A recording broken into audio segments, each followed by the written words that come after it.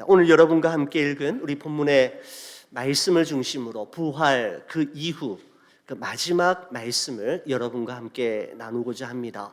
세 번의 사랑 그리고 사명이라고 하는 제아의 말씀으로 본문이 들려주는 은혜의 말씀으로 나아가도록 하겠습니다. 여러분, 어느덧 우리 4월의 마지막 주일을 맞이하게 되었습니다. 저는 4월이라고 하면 가장 먼저 생각나는 시가 하나 있는데 T.S. 엘리엇의 The Wasteland라고 하는 황무지라고 하는 시입니다. 그가 1922년에 발표한 434줄짜리 대서사시의 그 황무지라고 하는 시의 첫 연은 이렇게 시작이 됩니다. 4월엔 가장 잔인한 달, 죽은 땅에서 라일락이 자라나고 욕망과 기억이 뒤섞이고 봄비는 잠든 뿌리를 휘저어 놓네라고 하는 바로 이 식구입니다. 여러분, 이 시는 세계 제1차 대전이 끝난 직후에 수많은 사람들이 경험해야만 했던 정신적인 공황 상태, 삶의 의미와 가치의 상실, 퇴폐적이고 문란한 문화의 범람, 그리고 집단 무기력증에 빠진 채 어느 곳에서도 어느 누구에게서도 아무런 소망과 희망을 찾지 못했던 당시의 시대 상황, 당시의 세태를 반영한 시로 이 시가 알려져 있습니다. 여러분, 우리는 지난 2월 말부터 시작된 우리 중동 전쟁으로 인해서 2026년의 3, 4월이 참 가장 잔인한 달, 가장 우울했던 시간으로 기억될 뻔하기도 했지만 개인적으로 이 시간을 버텨낼 수 있었던 것은 저뿐만 아니라 우리 그리스도인들에게는 사순절을 지나 부활주일이 4월에 있었기 때문이 아닌가라는 생각을 해보게 되었습니다. 여러분, 그러면서 저희 입가에 자연스럽게 나왔던 찬송가가 있는데 바로 이런 찬송가이었습니다. 찬송가 242장을 보시면 황무지가 장미꽃같이 라고 하는 찬송가인데 1절 가사가 이렇습니다. 황무지가 장미꽃같이 피는 것을 볼 때에 구속함에 노래 부르며 거룩한 길 다니리. 3절 가사 보십시오. 마른 땅에 샘물 터지고 사막에 물 흐를 때 기쁨으로 찬송 부르며 거룩한 길 다니리 라고 하면서 후렴 가사가 이렇습니다. 거기 거룩한 그 길에 검은 구름 없으니 낮과 같이 밝고 밝은 거룩한 길 다니리라고 하는 이 찬송가가 참 제 마음속에 큰 울림이 되었습니다. 황무지가 장미꽃같이 피어나고 마른 땅의 샘물이 사막의 생명의 강줄기가 흐르듯 아무런 소망 없었던 사람들이 이런 부활하신 예수 그리스도를 만난 후 그들은 하나처럼 낮과 같이 밝고 맑은 새로운 인생의 길, 거룩한 길을 걸었던 것을 우리는 부활 그 이후의 그 주제라고 하는 주제의 말씀을 통해서 확인할 수가 있었습니다. 여러분, 이 땅 위에서의 마지막 40일 동안 예수님은 찾아가실 곳도 만나실 사람도 많으셨을 뿐만 아니라 승천하시기 전까지 마무리 지으실 일들도 참으로 많으셨을 것입니다. 여러분, 하지만 그 짧은 기간 동안에 예수님은 유명한 사람, 대단한 사람을 만나시기 위해 마지막 40일을 쓰지 않으셨습니다. 예수님은 그 황금 같은 시간을 쪼개어서 깊은 슬픔에 빠져 있는 막달라 마리아에게 가장 먼저 나타나셔서 부활의 기쁜 소식을 전해주셨을 뿐만 아니라 낙담과 시리에 빠져 있는 제자들과 의심 많은 도마에게 나타나셔서 저들의 심히 흔들리는 믿음을 붙잡아 주시면서 굳건하게 하셨고, 세상에서 가장 무거운 발걸음으로 엠마오로 걸어가던 두 사람을 만나 주시면서 성경에 쓴 바 곧 자기에 관한 것을 자세히 풀어 설명해 주심으로 그들의 어두운 눈을 밝혀 주셨고 그들의 싸늘해진 가슴에 새로운 불을 지펴 주셨던 것을 우리는 확인할 수 있었습니다. 여러분, 그렇습니다. 우리 주님은 우리가 잘 믿을 때에만 우리와 함께 하시는 것이 아니라 우리가 깊은 슬픔 가운데 있을 때에도, 우리가 낙심하여 실망 가운데 있을 때에도 우리의 곁을 떠나지 아니하시고 우리와 함께 하시는 분이심을 우리는 말씀을 통해서 확인할 수가 있었습니다. 여러분, 오늘은 바로 그 부활 그 이후에 마지막 시간으로서 예수님께서 베드로를 비롯한 7명의 제자들을 만나시고 그들의 가슴에 다시 불을 지펴주시고 새로운 소명자로 사명자로 세워주시는 모습을 보게 되는데, 요한복음 21장은 1절과 2절에 다음과 같은 말씀으로 시작이 됩니다. 그 후에 예수께서 디베랴 호수에서 또 제자들에게 자기를 나타내셨으니 나타내신 일은 이러하니라. 시몬 베드로와 디도모라 하는 도마와 갈릴리 가나 사람 나다나엘과 세베대의 아들들과 또 다른 제자 둘이 함께 있더니 라는 말씀으로 그 유명한 요한복음 21장이 시작이 됩니다. 여러분, 디베랴 호수는 로마 황제 티베리우스의 이름을 딴 것으로서 지역에 따라 게네사렛 호수라고 불리기도 했고, 또한 갈릴리 호수, 갈릴리 바다라고도 호칭되기도 했는데 모두 동일한 지역으로 보시면 되겠습니다. 여러분, 이곳에서 예수님께서는 모두 7명의 제자를 만나셨다라고 말씀하고 있습니다. 시몬 베드로, 디두모라 하는 도마, 그리고 나다나엘, 세베대의 아들들 야고보와 요한이고요. 다른 제자 둘, 그 이름을 밝히지 않은 제자 둘이 함께 있었다라고 말씀하고 있는데, 여러분, 오늘 이 만남은 14절의 말씀에 보면 이것은 예수께서 죽은 자 가운데서 살아나신 후에 세 번째로 제자들에게 나타나신 것이라, 세 번째 제자들과의 만남, 부활 이후에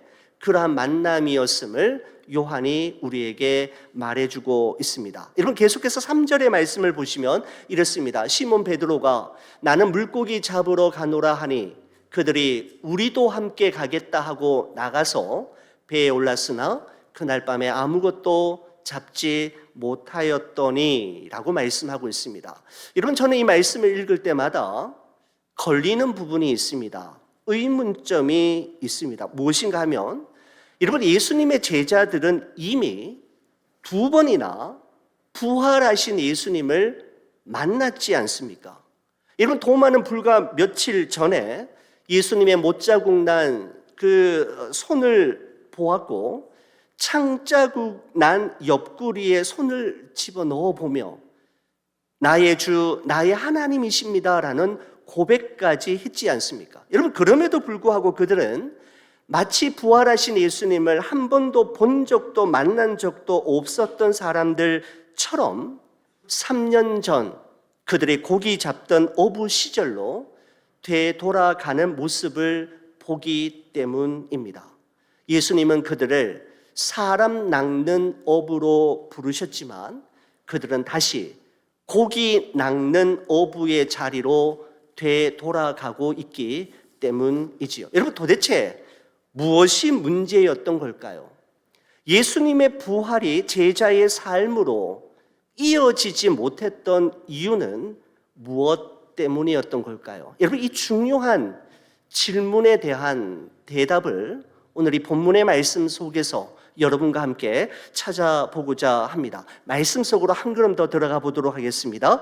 여러분, 베드로를 비롯한 7명의 제자들은 그동안 예수님을 따라다니느라 지난 3년 동안 쓰지 않았던 오래된 그물을 꺼내 들고 고깃배에 올랐지만 성경은 그날의 상황을 이렇게 말씀합니다. 그날 밤에 아무것도 잡지 못하였다라고 말씀하고 있습니다. 여러분, 그날 밤 그들은 아마 예수님께서 예전에 하셨던 말씀을 떠올리지 않았을까라는 생각을 하게 됩니다. 많은 말씀들 가운데에서 요한복음 15장 5절 말씀이라고 할 수 있겠습니다. 나는 포도나무요 너희는 가지라. 그가 내 안에 내가 그 안에 거하면 사람이 열매를 많이 맺나니 나를 떠나서는 너희가 아무것도 할 수 없음이라 라고 하네. 예수님의 많은 말씀 가운데에서도 이 말씀이 가장 먼저 생각이 났을 것이고 이 말씀의 의미가 무엇인지를 비로소 그들은 그날 밤 빈 배, 빈 그물을 통해 확인할 수 있었을 것입니다. 여러분, 이처럼 만선에 부푼 기대감이 물거품처럼 사라져 버린 순간 저 멀리 육지에서 제자들을 향해 들려오는 또렷한 소리가 있었습니다. 5절과 6절 말씀입니다. 예수께서 이르시되 얘들아 너희에게 고기가 있느냐 대답하되 없나이다. 이르시되 그물을 배 오른편에 던지라. 그리하면 잡으리라 하시니 이에 던졌더니 물고기가 많아 그물을 들 수 없더라라고 말씀하고 있습니다. 자, 여러분 한번 생각해 보십시오. 물론 3년 만에 오랜만에 들어보는 그물이고 정말 오랜만에 타보는 고깃배이지만 여러분, 그래도 그들은 어떤 사람들이었습니까? 갈릴리 바다에서 잔뼈가 굵어진 베테랑급 어부들이었고 물고기 잡는 일에서만큼은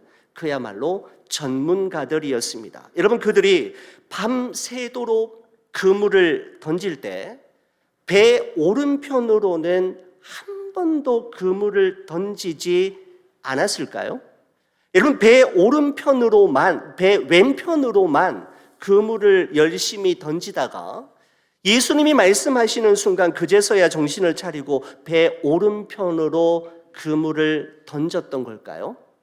여러분, 그러지는 않았을 것입니다. 여러분, 7명의 제자들은 그날 밤이 새도록 배 오른편과 왼편을 번갈아 가면서 부지런히 그물을 던졌지만 단 한 마리의 고기도 잡을 수가 없었던 것이죠. 여러분, 그러나 자신의 생각과 판단을 잠시 유보하고 온 몸으로 습득한 고기 잡는 본능과 노하우를 모두 내려놓은 채 하나님의 말씀에, 예수님의 말씀에 온전히 순종했을 때 갈릴리 호수는 놀라운 기적의 현장이 되었고 빈 배와 빈 그물은 153마리의 큰 물고기로 가득 채워지는 전대미문의 놀라운 일들을 그들은 목도할 수 있었습니다. 여러분, 그렇습니다. 빈 무덤이 부활하신 예수님을 증명하는 첫 번째 증거가 되었다면 빈 배와 빈 그물 역시 부활하신 주님이 그들과 함께 하실 때 어떠한 일이 일어날 수 있는지를 보여주는 확실한 증거물이 될 수 있었던 것이죠. 말씀을 준비하면서 주가 일하시네라고 하는 찬양이 생각이 났습니다. 날이 저물어 갈 때 빈 들에서 걸을 때 그때가 하나님의 때, 내 힘으로 안 될 때 빈손으로 걸을 때 내가 고백해 여호와 이래 주가 일하시네 주께 아끼지 않는 자에게 주가 일하시네 신뢰하며 걷는 자에게 라고 하는 이 찬양을 우리도 많이 여러분 불렀지 않습니까? 여러분, 찬양의 이 지은이는 하나님의 때, 하나님이 일하시는 때가 언제인가 하면 날이 저물어 갈 때와 빈들에서 걸을 때 내 힘으로는 도무지 되지 않는다라는 생각이 들 때와 빈손으로 걸을 때라고 말씀하고 있습니다.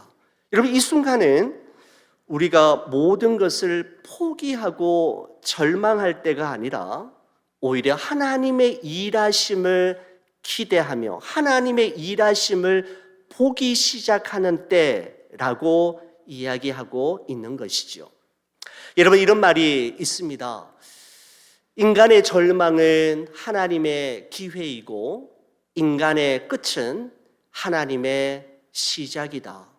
하나님은 인간의 절망의 끝에서 하나님의 역사하심이 시작된다라고 하는 의미가 아니겠습니까? 여러분, 다윗의 고백이 생각이 났습니다. 다윗은 시편 30편 11절 12절에 이렇게 고백합니다.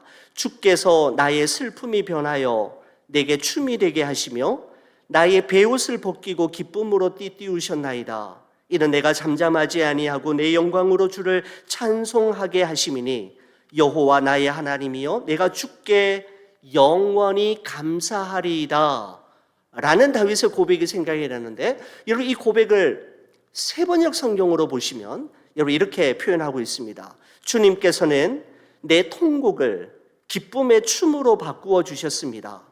나에게서 슬픔의 상복을 벗기시고 기쁨의 나들이 옷을 갈아입히셨기에 내 영혼이 잠잠할 수 없어서 주님을 찬양하려 합니다.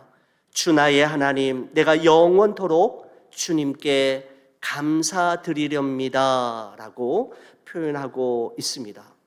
사랑하는 성도 여러분, 막달라 마리아가 부활하신 주님을 처음 만났던 곳은 빈 무덤 앞이었습니다. 제자들이 빈 배와 빈 그물로 인해 부활하신 주님의 능력을 경험할 수 있었던 것처럼 우리 인생의 마지노선과 마지막 임계 지점에서 우리의 슬픔을 변하여 춤이 되게 하시고 상복을 벗기시고 가벼운 기쁨의 나들이 옷으로 갈아입히시는 그 주님을 꼭 경험하실 수 있기를 주님의 이름으로 간절히 축원을 드립니다. 여러분, 한편 이 놀라운 기적이 예수님으로 인해 생겨났다라는 사실을 알게 된 베드로는 급히 바다로 뛰어들었고 헤엄을 쳐 무트로 올라갔는데 예수님께서는 그곳에서 아침 식사를 이미 준비하고 기다리고 계셨습니다. 오늘 본문 9절의 말씀을 보시면 이렇습니다. 육지에 올라보니 숯불이 있는데 그 위에 생선이 놓였고 떡도 있더라라고 말씀하고 있습니다. 여러분, 숯불, 생선 그리고 떡, 이 세 가지는 예수님께서 분명한 의도를 가지고 준비하신 소품임에 분명합니다. 여러분, 생선과 떡보다도 먼저 베드로의 시선에 들어왔던 것은 숯불이었습니다. 여러분, 이것을 알아차린 요한복음의 저자인 요한도 생선과 떡을 먼저 기록하기 전에 숯불이라는 단어를 먼저 기록하면서 문장 앞에 배치하고 있는 것을 볼 수가 있는데, 요한은 알고 있었죠. 베드로와 숯불은 뗄래야 뗄 수 없는 연관 관계가 있다라는 것을 요한도 알고 있었던 것입니다. 여러분, 요한복음에는 이 숯불이라고 하는 단어가 딱 2번 사용되고 있는데, 오늘 여러분과 함께 보고 계시는 요한복음 21장 9절 말씀에서이고 또 한 곳은 요한복음 18장에서이었습니다.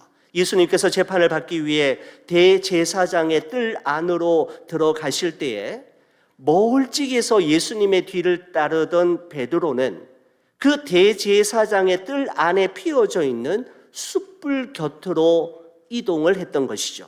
요한복음 18장 18절의 기록에 보면 이렇습니다. 그때가 추운 고로 종과 아랫사람들이 불을 피우고 서서 쬐니 베드로도 함께 서서 쬐더라라고 말씀하고 있는데, 여러분 여기 보시면 불을 피우고 라고 할 때 이 불과 오늘 지금 우리가 살펴보고 있는 21장 9절의 숯불이 헬라어로 동일한 단어를 사용하고 있는 것을 확인할 수 있습니다. 숯불이, 이 불이 2번 요한복음에서 기록되고 있는 것이죠. 여러분, 특별히 누가복음 22장의 말씀에 보면, 여러분 베드로가 예수님을 3번째 부인할 때 예수님께서 뒤돌아보시면서 베드로를 보셨다라고 하는 기록이 있습니다. 여러분, 그때 어떤 상황이겠습니까? 숯불을 사이에 두고 베드로와 예수님의 눈이 마주치게 되었던 것처럼 요한복음 21장에서 이제는 장소가 바뀌어져서 갈릴리 해변가에서 똑같은 숯불을 사이에 두고 예수님과 베드로가 대면하고 있는 모습이죠. 여러분, 이때 베드로는 무엇을 가장 먼저 떠올리게 되었을까요? 바로 며칠 전 대제사장의 뜰 안에서 있었던 그 사건이 생각나는 순간 베드로의 마음은 무너져 내리는 슬픔 가운데 있게 되었을 것입니다. 베드로와 닭 울음소리, 베드로와 숯불은 뗄래야 뗄 수 없는 연관성을 가지고 있는 그러한 소품임에 분명합니다. 여러분, 숯불 다음으로 베드로의 눈에 들어온 것은 바로 생선과 떡이었다라고 말씀하고 있습니다. 여러분, 베드로가 숯불이 피워져 있고 생선과 떡을 보는 순간 아마 베드로는 그의 기억 속에 요한복음 6장에 기록된 벳세다 빈들에서 있었던 오병이어의 사건이 가장 먼저 떠올랐을 것입니다. 예수님께서는 그때 보리떡 5개와 물고기 2마리로 남자만 5,000명을 먹이셨을 뿐만 아니라 12광주리가 남는 놀라운 기적을 행하셨죠. 여러분, 그때 예수님과 더불어서 가장 기뻐했던 사람들이 누구였을까요? 가장 흥분했던 사람들이 누구였을까요? 바로 예수님의 제자들 아니었겠습니까? 여러분, 그때 베드로가 이렇게 이야기하죠. 주님, 영생의 말씀이 주께 있사오니 우리가 누구에게로 가리이까? 라고 하며 예수님의 곁을 결단코 떠나지 않겠노라고 호언장담했지만 수제자로서의 진면목을 보여주어야 했을 결정적인 순간에 그는 예수님을 3번이나 모른다 부인하며 저주하며 도망갔던 그때의 시간이 다시금 떠오르게 되었을 것입니다.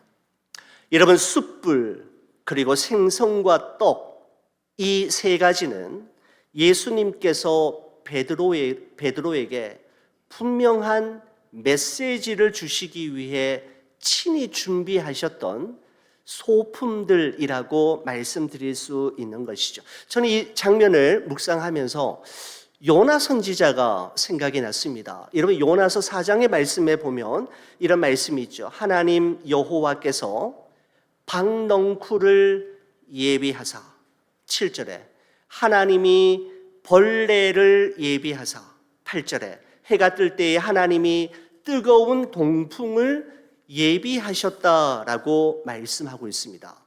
여러분, 하나님께서 요나의 어긋난 생각을 조정해 주시고 요나에게 정말 소중한 진리와 깨달음을 그에게 가르쳐 주시기 위해서 준비하신 것이 바로 이와 같은 것들이었다라는 것이죠. 박넝쿨, 벌레, 그리고 뜨거운 동풍. 여러분, 이것만이 아니었습니다. 요나서 1장의 말씀에 보면 여호와께서 이미 큰 물고기를 예비하사라고 말씀하고 있습니다.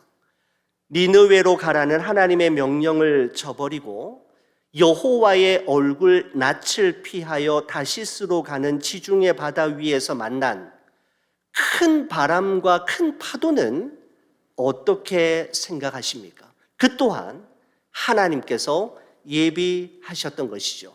다시 말씀드리면 여러분, 요나가 자신의 인생 여정 가운데서 만났던 큰 바람과 큰 폭풍, 그리고 큰 물고기와 박넝쿨 벌레, 그리고 뜨거운 동풍은 정말 운이 따르지 않아서 재수가 없어서가 아니라, 그리고 살다 보니 우연히 만난 것이 아니라 하나님께서 요나의 잘못된 생각과 요나의 잘못된 걸음을 조정해 주시고 새롭게 하시기 위해 요나를 위해 준비하신 하나님의 특별한 소품들이었습니다.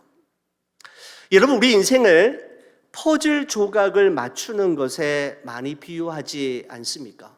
100개, 200개나 되는 퍼즐 조각들을 다 흩어 놓으면 여러분, 조각 하나하나만 보아서는 이게 도대체 뭐가 뭔지 좀처럼 감을 잡을 수가 없지만 하나 둘씩 그 퍼즐 조각을 맞추어 가다 보면 그림의 윤곽이 조금씩 드러나기 시작하고 전체의 그림이 조금씩 보여지기 시작하면서 그 퍼즐이 완성될 즈음에는 그 수많은 조각들 가운데에서 필요 없는 조각, 남는 조각은 하나도 없다라는 사실을 발견하게 되는 것이죠. 하나의 작품, 하나의 그림을 완성하기 위해 필요 없는 퍼즐 조각은 없었습니다. 여러분, 그렇습니다. 그리스도인의 인생에는 버릴 것이 없습니다. 사랑하는 우리 성도 여러분, 예수님께서 숯불과 생선과 떡을 통해서 베드로를 깨우치시고 여호와 하나님께서 큰 파도와 풍랑과 큰 물고기, 박넝쿨과 벌레와 뜨거운 동풍을 통해 요나의 생각을 재조정해 주시고 다듬어 주셨던 것처럼 여러분과 제가 매일매일 우리의 삶 속에서 만나게 되는 크고 작은 문제들과 크고 작은 사건들, 모든 만남들을 통해서도 우리 하나님께서는 끊임없이 우리에게 말씀하시고 깨우쳐 주시는 것이죠. 우리가 열린 마음으로 하나님으로부터 배우고자 하는 마음이 있을 때 하나님은 분명히 우리가 경험하는 크고 작은 모든 일들을 통해 우리에게 분명하게 말씀해 주실 줄 믿습니다. 바로 이 주님을 경험하며 살아가는 이들이 바로 그리스도인들이라고 할 수가 있는 것이죠. 여러분, 한편 숯불과 생선 그리고 떡을 보는 순간 그 민망함과 죄송함에 고개를 떨군 채 아무 말도 할 수 없었던 베드로에게 예수님께서 먼저 말문을 여셨습니다. 이렇게 말씀하셨지요. 요한의 아들 시몬아, 내가 이 사람들보다 나를 더 사랑하느냐라고 말씀하셨습니다. 예수님께서는 베드로에게 그때 너 왜 나 부인했느냐 이렇게 묻지 않으시고 네가 나 정말 사랑하느냐 물으셨고 이 사람들보다 이제 좀 더 잘할 수 있겠느냐라고 묻지 않으시고 이 사람들을 사랑하는 것보다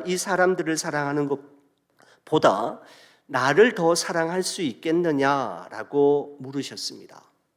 여러분, 예수님에게 중요한 것은 사역이 아니라 사랑이었음을 알 수가 있는 것이죠. 예수님의 두 번째, 세 번째 질문 역시 사역, 해야 할 일들에 대한 질문이 아니라 사랑에 대한 질문이었음을 확인할 수가 있습니다. 요한의 아들 시몬아, 네가 나를 사랑하느냐? 이 사람들보다 나를 더 사랑하느냐? 예수님은 3번 물으셨습니다. 여러분, 놀랍게도 예수님의 이 질문은 죽음이 두려워서 예수님을 모른다고 3번이나 부인하며 저주했던 베드로를 이제는 죽음도 불사하며 예수님을 위해 자신의 생명을 기꺼이 드리는 사명자의 길을 걷게 하는 결정적인 질문이 되었던 것이죠. 여러분, 3번의 사랑 고백을 받으신 후 예수님께서는 지난 3년 동안 당신의 가슴 속에 고이 묻어두셨던 소중한 말씀을 베드로에게 하셨습니다. 바로 이 말씀이었습니다. 내 양을 먹이라, 내 양을 치라, 내 양을 먹이라 하셨고 나를 따르라, 너는 나를 따르라 라고 말씀하셨습니다. 여러분, 베드로가 예수님께 내가 주님을 사랑하는 줄 주님이 아시지 않습니까? 라고 고백할 때마다 예수님께서는 내 양을 먹이라고 하셨고 그것이 바로 나를 따르는 길임을 또한 말씀하셨습니다. 바로 예수님께서는 사랑하는 자에게, 예수님을 사랑하는 자에게 사명을 주셨던 것을 볼 수가 있습니다. 사랑하는 우리 성도 여러분, 오늘 이 시간에도 우리 주님은 동일하게 우리에게 물으십니다. 네가 나를 사랑하느냐? 여러분, 이 질문은 우리의 지금 감정이 어떠한지를 묻는 질문이 아닙니다. 이 질문은 그렇다면 너는 나를 따르겠느냐라고 하는 의미가 포함되어 있는 질문입니다. 네가 나를 사랑하느냐 그 말은 그러면 나를 따르겠느냐라는 의미이지요. 사랑은 말로 끝나지 않고 사랑은 방향으로 증명되기 때문입니다. 예수님을 사랑한다면 우리는 예수님께로 방향을 재조정하고 예수님을 따르게 되어 있는 것이죠. 여러분, 예수님을 따른다라고 하는 말씀의 의미가 무엇이겠습니까? 여러 가지 표현으로 설명할 수 있겠지만 저는 예수님을 따른다라고 하는 것이 이 의미라고 생각합니다. 우리의 마음속에 나의 바람, 나의 계획, 나의 생각, 나의 꿈, 나의 계획 가득하지만 주님보다 앞서지 않는 것이고 주님이 뜻하신 그곳에 내가 있기를, 그리고 주께서 이끄시는 대로 순종하며 살기를 바라는 것, 바로 주님을 따르는 길, 따르는 삶이라고 말씀드릴 수 있을 것입니다. 여러분, 세 번의 사랑 고백은 사명으로 이어졌고 그들이 지금까지 걸어왔던 삶의 방향을 바꾸어 놓는 것으로 이어졌습니다. 주님, 제가 주님을 사랑합니다. 제가 주님을 사랑하는 줄 주님께서 아십니다. 라고 하는 이 고백 위에 우리 주님은 한 고백이 더해지기를 간절히 바라시는 것이죠. 바로 그것은 주님, 제가 주님을 따르겠습니다.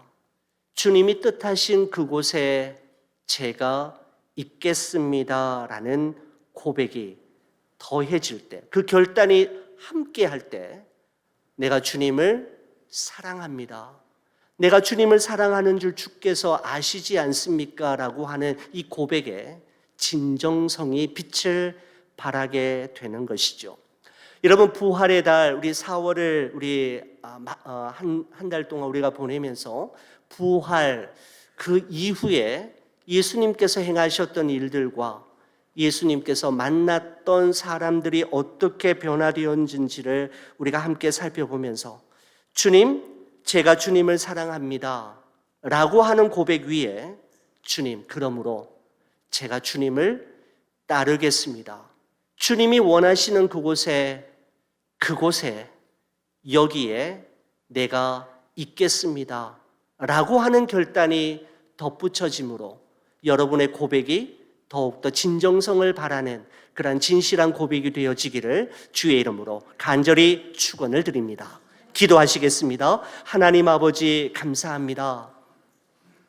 지난 한 달 동안 부활 그 이후의 주제를 가지고 예수님이 만나셨던 사람, 또 예수님이 하신 일들에 대해서 우리 성도님들과 함께 나누었습니다. 갈릴리 바닷가에 베드로를 찾아오신 주님, 그리고 주님, 제가 주님을 사랑합니다. 제가 주님을 사랑하는 줄 주님께서 아십니다라는 고백을 받아내시고 그 위에 주님, 제가 주님을 따르겠습니다. 주님이 뜻하신 그곳에 있겠습니다. 말씀하는 그 고백과 결단 또한 받아내셨던 것처럼 하나님, 우리의 삶 또한 고백과 결단이 늘 함께 할 수 있도록 은혜를 베풀어 주옵소서. 주님을 따르게 하시고 주님이 뜻하신 그곳에 늘 주님과 함께 사역하는 우리 모두가 되게 하여 주옵소서. 우리 구주 예수 그리스도의 이름으로 기도 올리옵나이다. 아멘.